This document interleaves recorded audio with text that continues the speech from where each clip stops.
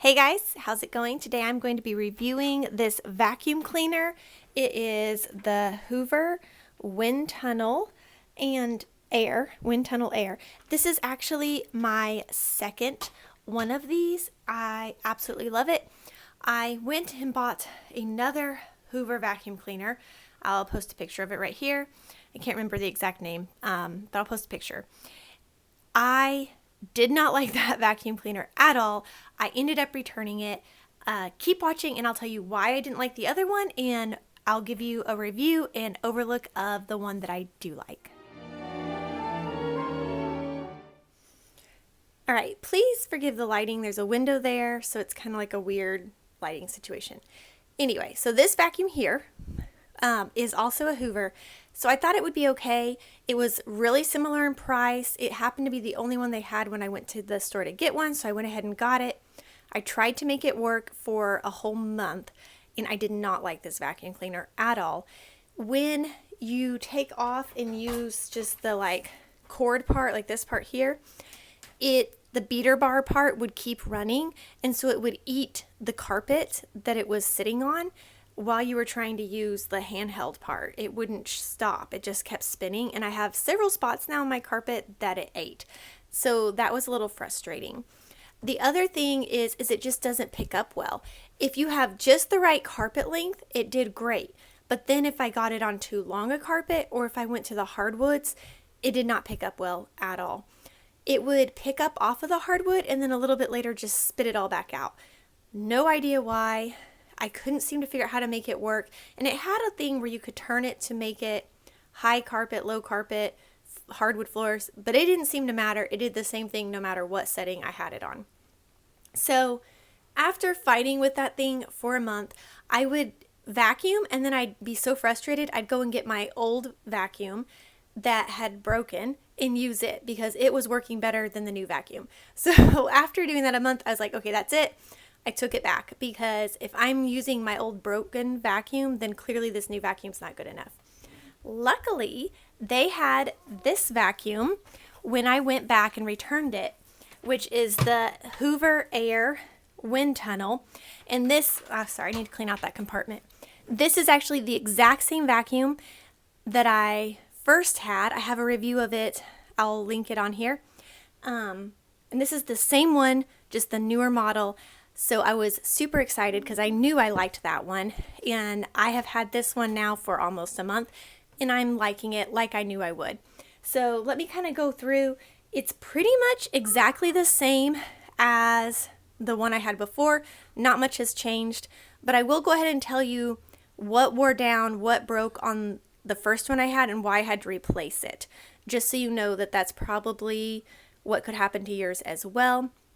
I did have it for, I can't remember, 2 to 3 years. I had it for quite a long time. It could have been longer than that. Maybe more like 3 and 4 years. I don't know. I had it a long time. For the price point of vacuum cleaner it is, I felt like it lasted me a really long time. I vacuum a lot, and I was also vacuuming another person's house with my previous vacuum, so it was getting a lot of use. So I was very pleased with the amount of use I got out of it. All right, so here is the vacuum cleaner, and I'm sorry it's hard to get the whole thing in the video, but it has a button here that you push, and this will come off to use this. You can also push, there's a little green button right back here.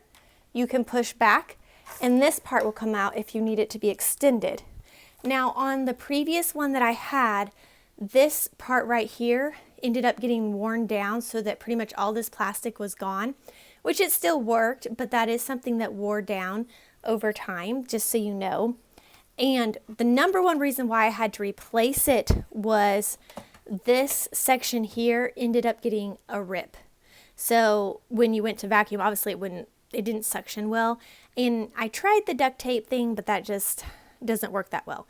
So that is actually why I had to replace it, was the rip in here. I kind of wish you could have just replaced the cord, because the rest of the vacuum really I didn't have an issue with. All right, now to be able to use this cord, you have to make sure you plug this part in.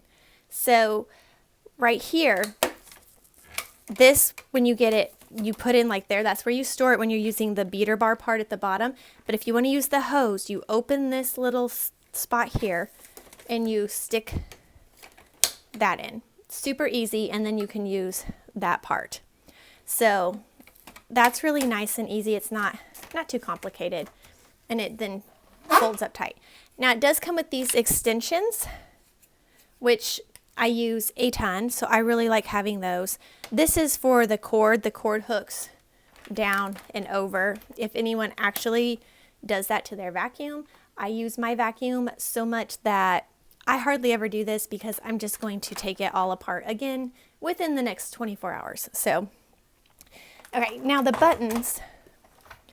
This is your power button. This is your bristle button. So if you push this, you turn the bristles on. You push it again, you turn it off.